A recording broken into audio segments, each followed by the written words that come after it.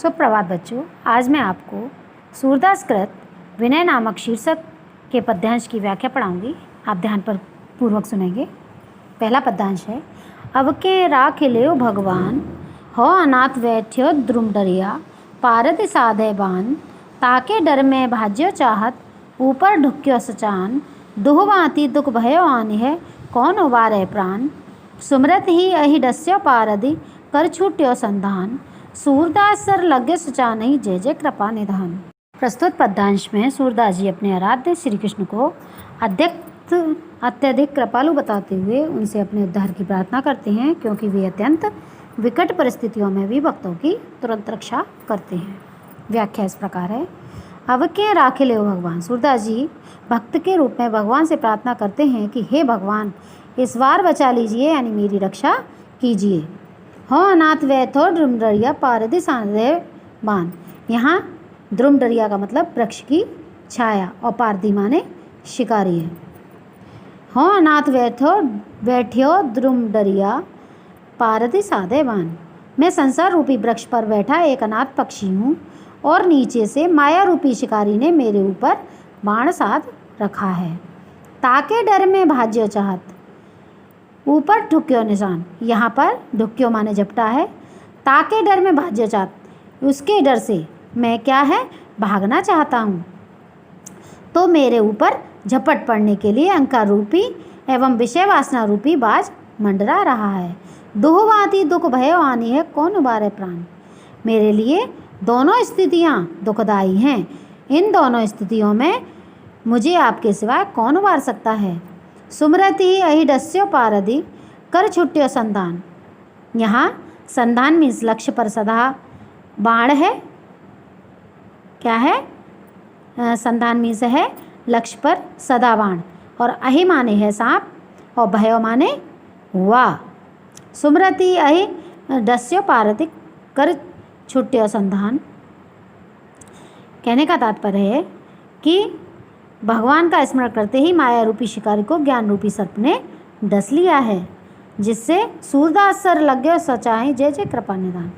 Sir माने बाण होता है, जिससे माया रूपी शिकारी के हाथ से धनुष पर चढ़ा बाण छूट गया, जो जाकर बाज को लग गया। इस प्रकार भगवान ने उस जीवात्मा रूपी पक्षी को दोनों दुखों से बचा लिया, अर्थात ज्ञान के द्वारा मोह माया एवं छल कपट रूपी मन के विकार नष्ट हो गए। सूरदास जी दया के भंडार भगवान श्री कृष्ण की जय जयकार करते हैं। विनय का पद्यांश नंबर 2 देखिए।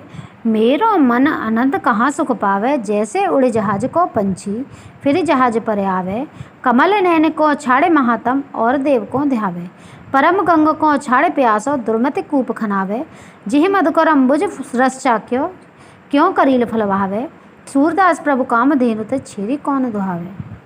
प्रस्तुत पद्यांश में कवि सूरदास जी ने भगवान श्री कृष्ण के प्रति अपने अनन्य प्रेम की अभिव्यक्ति की है। वे कहते हैं कि इनका मन श्री कृष्ण की उपासना के अलावा अन्य कहीं नहीं लगता।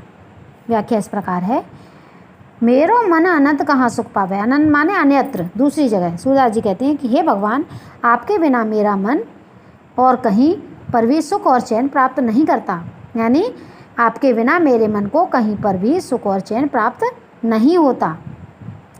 जैसे उड़े जहाज को पंछी फिर जहाज पर आवे, जिस प्रकार से एक जहाज पर रहने वाले पक्षी को जहाज के सिवा कहीं आश्रय नहीं मिलता, वह कहीं जाने के लिए उड़ता है, लेकिन अन्यत्र आश्रय न मिलने के कारण वह पुनः जहाज पर ही लौट आता है।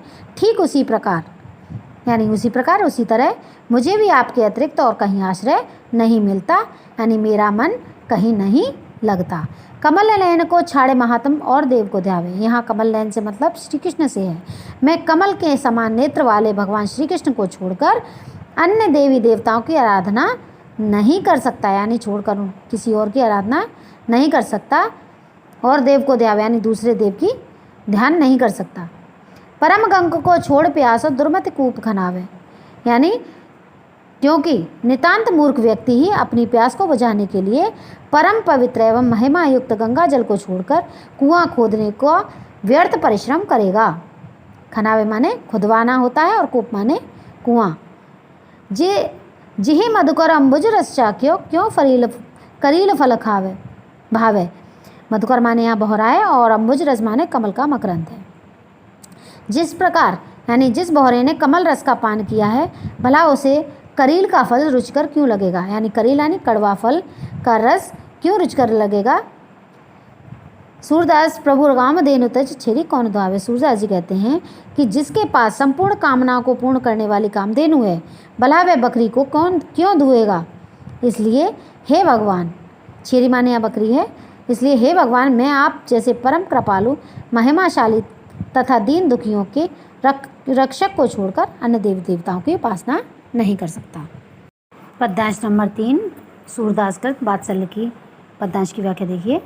हरि जू की बाल छवि कहो वरन, सकल सुव की सीव कोटि मनोज शोभा हरन, भुज भुजंग सरोज नैनन, बदन विदुजित लरन, रहे विवरन सलिल नव उपमा अपर दुरिडरन, मंजु मेचक मृदुल तनु अनुहरत भूषण भरन, मनहु सुभग सिंगार शिशुतरु फर्यो अद्भुत फरन, चलत पद प्रतिबिंब मने आंगन गुटुरवन करन, जलज संपुट सुभग छवि भरि लेते उर जन धरन, पुण्य फल अनुभवति सुतहि विलोक के नंद धरन, सूर प्रभु की उर्वशी किलकन सलिल लरखरन।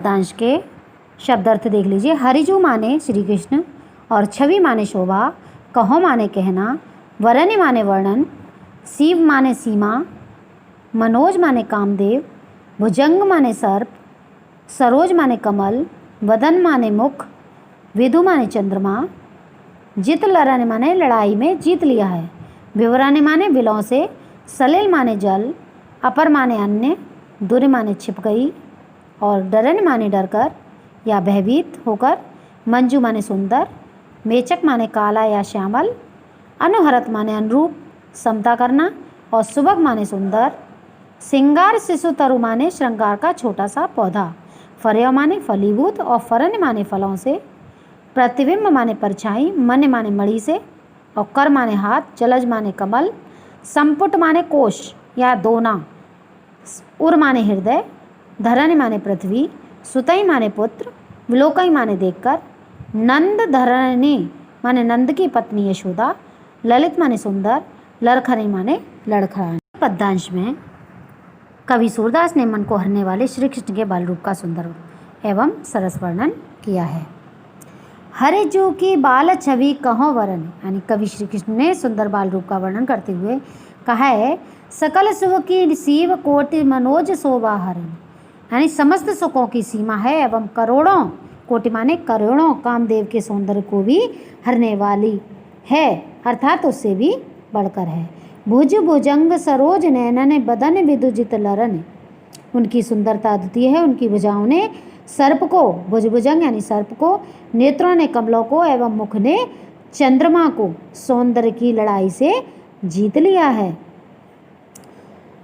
रहे विवरण सलिल नव उपमा ऊपर अपर दुरिडरन, इसी कारण सर्प यानी बिलों में, कमल जल और चंद्रमा आकाश में जा छिपे हैं और अन्य दूसरे भी उपमा यानी तुलना के भय से दूर कहीं जाकर छिप गए हैं। मंजु मेचक मृदुल तनु अनुहरत भूषण भरन, मनहु सुभग सिंगार शिशु तरन फर्यो अद्भुत फरन। मंजु मेचक मृदुल तन यानी श्री कृष्ण का शरीर भी सुंदर कोमल श्याम वर्ण है, जो अपने अनुरूप सुंदर आभूषणों से सुशोभित है। अनुहरत भूषण भरन यानी सुंदर आभूषणों से सुशोभित है। मनहु सुभग सिंगार शिशुतर फर्यो अद्भुत फरन, उनके शरीर की तुलना श्रृंगार नामक वृक्ष से की गई है। कवि कह रहे हैं कि भगवान श्री कृष्ण के शरीर को देखकर ऐसा लगता है मानो वह कोई श्रृंगार रूपी वृक्ष ही हो और एवं सुंदर शरीर पर आभूषण ऐसे सुशोभित हो रहे हैं जैसे उस वृक्ष पर अद्भुत फल लगे हों। कहने का आशय है कि उनके द्वारा धारण किए गए आभूषण उनके सुंदर शरीर की शोभा और अधिक बढ़ा रहे हैं।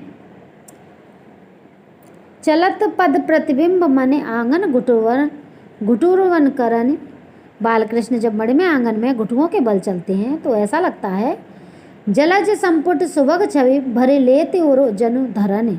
ऐसा लगता है मानो पृथ्वी ने कमल के दोने में उनकी सुंदर छवि को भरकर अपने हृदय में धारण कर लिया हो। पुण्य फल अनुभवति सुतहि विलोकय कै नंद धरन। नंद की पत्नी यशोदा अपने पुत्र श्री कृष्ण की सुंदरता को देखकर यह अनुभव करती हैं, क्या करती हैं कि उनके पुण्य के फलस्वरूप ही ऐसा बालक उन्हें मिला है। सूर्य प्रभु की उर्वशी किलकन ललित लरखरन। सूरदास जी कहते हैं कि उनके हृदय में श्री कृष्ण की मोहक किलकारियाँ और उनका लड़खड़ा कर चलना बस गया है।